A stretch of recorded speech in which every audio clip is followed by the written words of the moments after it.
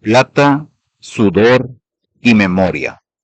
La minería que forjó a la Nueva España. Buen día, jóvenes. Antes de empezar, quiero pedirles que revisen si tienen una moneda o piensen en una cadena, un anillo o cualquier objeto de plata que hayan visto ustedes en su domicilio. Imaginen los cables de su celular, los componentes de las pantallas o las baterías de un panel solar. Pues bien, todos esos objetos tienen algo en común. Contienen un metal que durante casi 500 años han hecho famoso a nuestro país en el mundo entero. Ese metal es la plata. Y aquí va el dato que quiero que se les quede grabado desde el principio. Hubo un momento de la historia en que más del 60% de toda la plata que circulaba en el planeta entero salía del territorio que hoy llamamos México. Sí, jóvenes, más de la mitad de la plata del mundo era nuestra. Pero, ¿cómo llegamos a ese punto? ¿Quiénes la sacaron? ¿A qué precio? ¿Y qué nos dejó esa actividad como herencia? Eso es justamente lo que vamos a descubrir. Hablando de la minería en la Nueva España y del patrimonio cultural que nos heredó. Para empezar, debemos remontarnos al siglo XVI, cuando Hernán Cortés gobernaba la Nueva España. En esos primeros años se realizaron las primeras extracciones mineras, pero no de la forma que se lo imaginan. No había grandes túneles ni maquinaria, se trataba de algo mucho más sencillo. En la región mixteca de Oaxaca se obtuvieron pequeñas cantidades de oro que yacían en los ríos y arroyos. Imagínense por un momento esta escena. Hombres metidos en el agua con bateas de madera, separando granitos brillantes del lodo y la arena. Algo parecido en escala pequeña a lo que algunas personas hacen hoy buscando piedras o materiales en los arroyos de su región. En el caso de la plata, los españoles encontraron pequeños yacimientos en lo que hoy son los estados de Jalisco, Sinaloa, Guerrero y Michoacán. Inmediatamente comenzaron a explotarlos, pero hubo un problema. No contaban con la tecnología adecuada. Para el año 1532, la mayoría de esos depósitos se perdió a causa de derrumbes. Los túneles eran inestables. La madera que los sostenía cedía y muchos trabajos se interrumpieron de golpe. Una pregunta para reflexionar. ¿Se imaginan ustedes meterse a un túnel oscuro, estrecho, sin saber si el techo aguantará un minuto más? Esa era la realidad cotidiana de los primeros mineros. Todo cambió en el año 1546, cuando se descubrieron las minas de Zacatecas. Y aquí la historia da un giro enorme, porque la corona española encontró ahí una fuente de riqueza tan abundante y duradera que transformó por completo a la Nueva España. ¿Qué impacto tuvo este descubrimiento? Pues fue tan grande que el Imperio Español decidió asentar proyectos de urbanización en las zonas centro y norte del país. Es decir, fundó ciudades, abrió caminos, construyó haciendas y levantó iglesias. Esto facilitó el hallazgo de nuevas rutas mineras que recorrían los estados de Sonora, Zacatecas Guanajuato e Hidalgo. Una comparación. Piensen en lo que pasa cuando en una región rural se construye una nueva carretera o se abre un proyecto importante. Llegan trabajadores de fuera, se abren tienditas, crece el comercio, se levantan casas, surgen escuelas. Algo parecido, pero a una escala gigantesca, ocurrió en el norte de México hace casi 500 años. Todo gracias a la plata.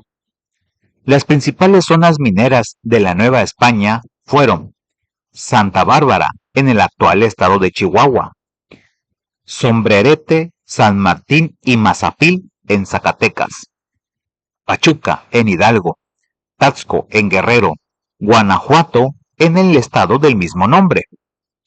Todas ellas formaban parte de lo que se conoció como la Ruta de la Plata, un camino que conectaba las minas con los puertos para llevar el metal a España. Una nota importante. Esta ruta dio origen a lo que hoy se conoce como el Camino Real de Tierra Adentro, un trayecto de aproximadamente 2.600 kilómetros que fue declarado Patrimonio Mundial por la UNESCO en el año 2010. Atraviesa los estados de Ciudad de México, Estado de México, Hidalgo, Querétaro, Guanajuato, Jalisco, Aguascalientes, San Luis Potosí, Zacatecas, Durango y Chihuahua. Es decir, gran parte de México fue moldeado por esa ruta. Aquí, jóvenes, debemos detenernos con mucho respeto, porque no podemos hablar de la riqueza de la plata sin hablar también de quienes la sacaron con su propio sudor y, en muchos casos, con su propia vida. Las condiciones dentro de las minas eran terribles. Les voy a describir lo que vivían esos trabajadores. Falta de ventilación. El aire era escaso, pesado y caliente. Temperaturas elevadas dentro de los túneles profundos. Polvillo mineral que los trabajadores respiraban durante toda la jornada. Humo de velas, que era la única fuente de iluminación. Los mineros estaban en riesgo constante de sufrir lesiones, enfermarse gravemente por inhalación de gases tóxicos o tener una muerte violenta por derrumbes. La corona española tenía aproximadamente entre 1.200 y 3.000 personas esclavizadas, tanto indígenas como africanas, trabajando en las reservas de plata. Su labor consistía en extraer el metal mediante procesos de fundición y amalgamación. Una analogía para que lo entiendan mejor. Piensen en la diferencia entre trabajar en el campo, bajo el sol, que ya es un trabajo pesado y muy noble, y trabajar encerrados en un cuarto, sin ventanas, con polvo en el aire, un calor sofocante y humo de velas durante 12 o 14 horas al día, sin poder salir. Esa era la realidad de los mineros novohispanos. No es exageración. Muchos morían jóvenes por enfermedades respiratorias o accidentes. Una pregunta para reflexionar.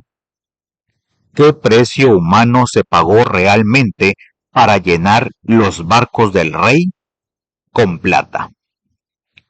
Ahora les voy a explicar algo interesante. ¿Cómo hacían para separar la plata del resto de las rocas y minerales? Aquí entra en escena un personaje clave. En el año 1554, un español llamado Bartolomé de Medina inventó en Pachuca un procedimiento revolucionario llamado método de amalgamación o método de patio. Funcionaba más o menos así. 1. Primero, se molía el mineral de plata hasta convertirlo en un polvo fino. Segundo, luego se mezclaba con mercurio, un metal líquido y plateado. Tercero, la mezcla se dejaba reposar en grandes patios al aire libre durante 2 meses aproximadamente. 4. Después se fundía la mezcla obteniendo plata pura y restos de mercurio que podían reutilizarse. 5. Finalmente, la plata se manufacturaba en monedas o lingotes. Esos lingotes se embarcaban en los famosos galeones españoles y posteriormente se comercializaban con países extranjeros. España utilizaba esa producción masiva de plata para comprar artículos de lujo, pagar mano de obra y abonar dinero a la enorme deuda pública que tenía con la sociedad burguesa europea. Una nota importante. El mercurio es una sustancia altamente tóxica. Los trabajadores que pisoteaban la mezcla en los patios sufrían envenenamiento crónico que afectaba su sistema nervioso, sus riñones y sus pulmones. Hoy en día, el mercurio está clasificado por organismos internacionales de salud como una de las 10 sustancias químicas más peligrosas para la salud pública. Imagínense entonces lo que vivían esos trabajadores hace 4 siglos sin ningún tipo de protección.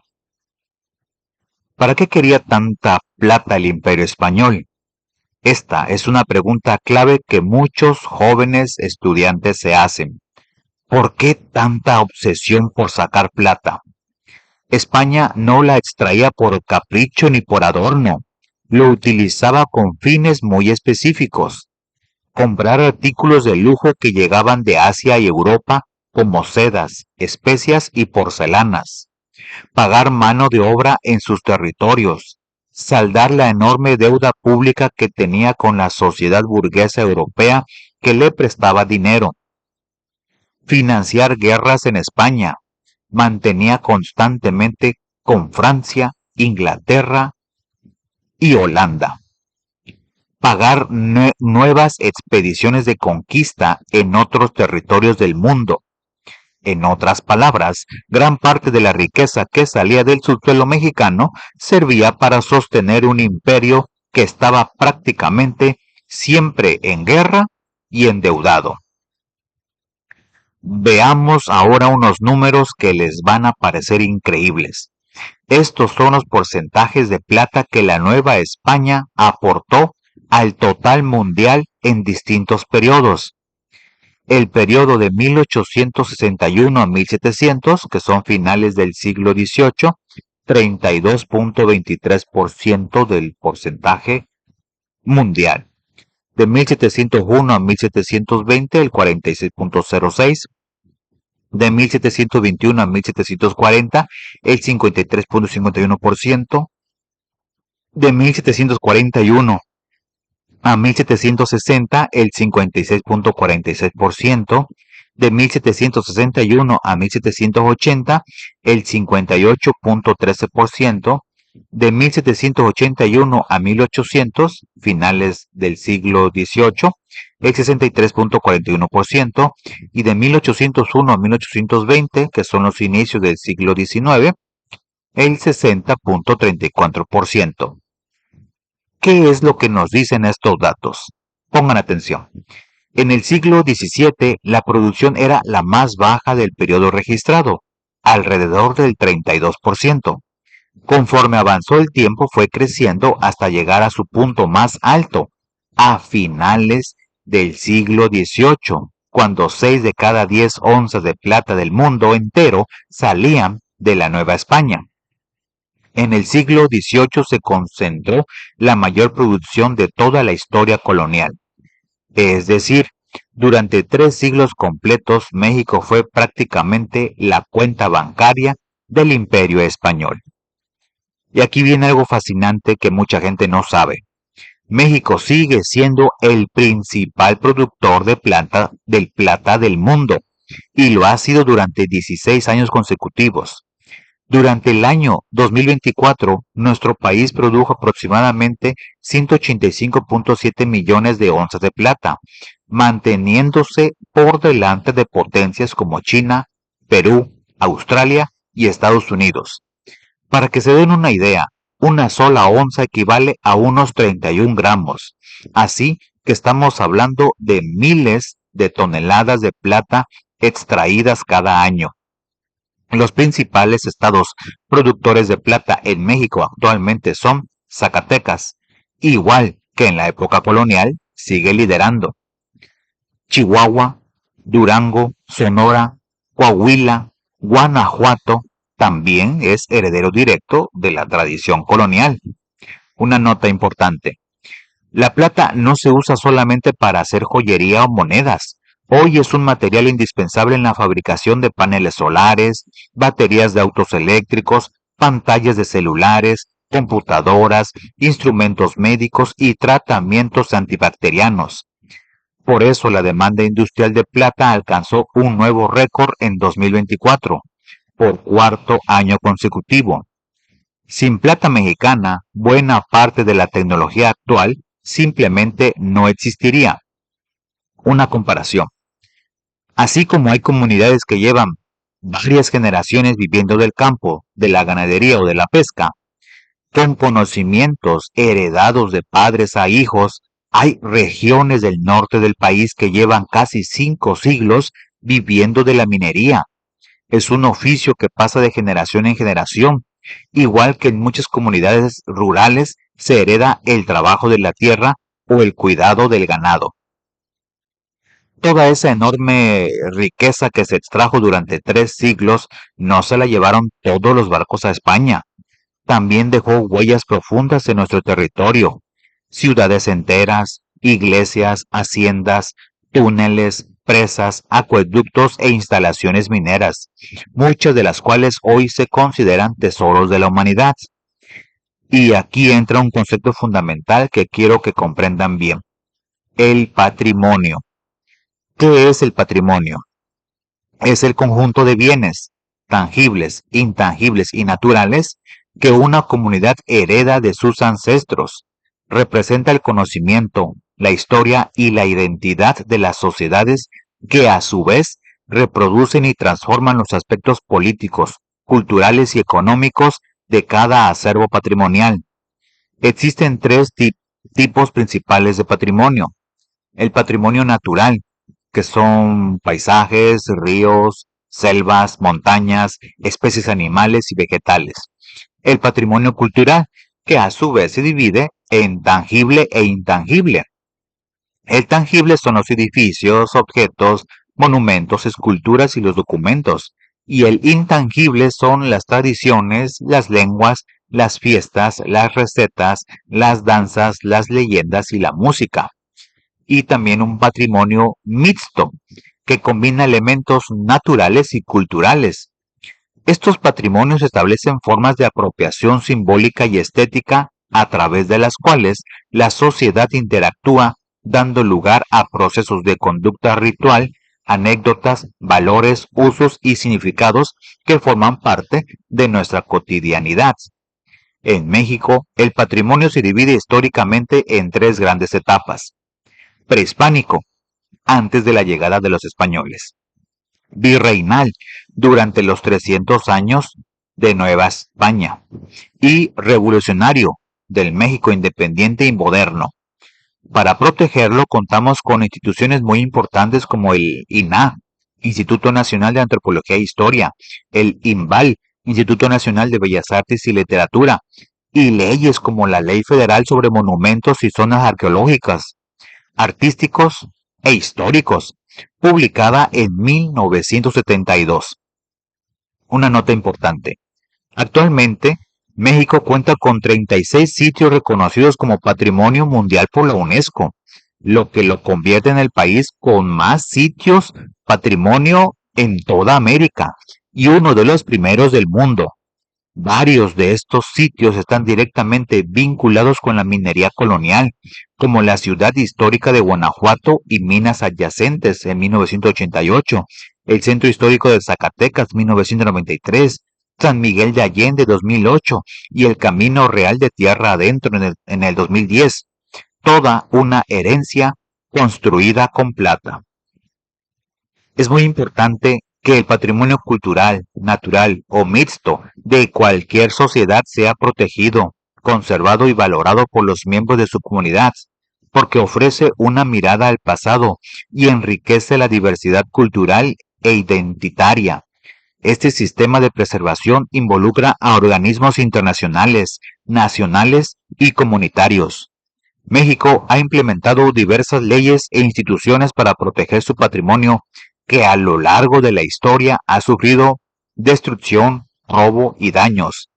Estos actos han provocado un profundo sentimiento de pérdida, pero también han generado una fuerte resistencia y un compromiso por preservar la riqueza cultural del país. La historia de México refleja una lucha constante por salvaguardar su identidad y su legado. Una situación real para que ustedes lo entiendan mejor. Durante los sismos del año 2017, decenas de templos coloniales construidos con piedra y oro de la época minera quedaron gravemente dañados. Su restauración ha tomado años y ha costado millones de pesos, porque cada detalle debe trabajarse con materiales tradicionales y técnicas antiguas para no perder su valor histórico. Cada vez que se cae una iglesia colonial, una pintura rupestre o se pierde una tradición ancestral, se pierde una parte de quienes somos. Por eso es responsabilidad de todos, jóvenes, adultos, comunidades enteras, proteger, conservar y valorar este legado. La sociedad puede hacerlo de muchas formas: visitando los sitios con respeto, denunciando saqueos, participando en festivales tradicionales, aprendiendo la historia local y sobre todo transmitiendo ese conocimiento a las nuevas generaciones. Una pregunta para reflexionar, jóvenes. Ustedes, ¿qué tradiciones, fiestas, leyendas o lugares de su comunidad creen que merecen ser cuidados como patrimonio? Muy bien, ya llegamos al final de nuestro video y quiero que se lleven con ustedes algunas ideas muy claras. Primero, la minería novohispana no fue solamente una actividad económica, fue el motor que transformó territorios enteros, fundó ciudades, abrió caminos y conectó a México con el comercio global durante 3 siglos completos. Sin la plata, el mundo moderno tal como lo conocemos sería muy distinto. Segundo, esa enorme riqueza tuvo un costo humano altísimo. Miles de personas indígenas y africanas dieron su salud, sus pulmones y muchas veces su vida en condiciones inhumanas para que la corona española llenara sus arcas. Recordar esto no es para guardar rencor con el pasado, sino para honrar la memoria de quienes, sin saberlo, construyeron con su esfuerzo los cimientos del México actual. Tercero, lo que aquellos siglos nos dejaron como herencia: ciudades, iglesias, caminos, técnicas, oficios y hasta la posición actual de México como líder mundial en producción de plata por 16 años consecutivos, forma parte de nuestro patrimonio cultural, un patrimonio que nos identifica, que nos enriquece y que nos une como mexicanos. Y cuarto, lo más importante de todo, la historia no está solamente en los libros ni en los museos, está en las calles que pisamos, en las tradiciones de nuestros pueblos, en las costumbres heredadas de generación en generación, en los oficios de nuestros padres y nuestros abuelos, en las fiestas de nuestra comunidad. Cuando ustedes valoran lo que les rodea, sus lenguas, sus tradiciones, su tierra, su gente, están protegiendo el patrimonio de México. Cada uno de ustedes es, en cierto modo, un guardián de esa herencia. Los dejo con esa frase para que reflexionen. Un pueblo que conoce su pasado es un pueblo que sabe hacia dónde camina, y un pueblo que cuida su patrimonio es un pueblo que se cuida a sí mismo. Muy bien, jóvenes, eso es todo por este video. Muchas gracias por su atención. Recuerden suscribirse al canal, dejen su like, comenten y compartan.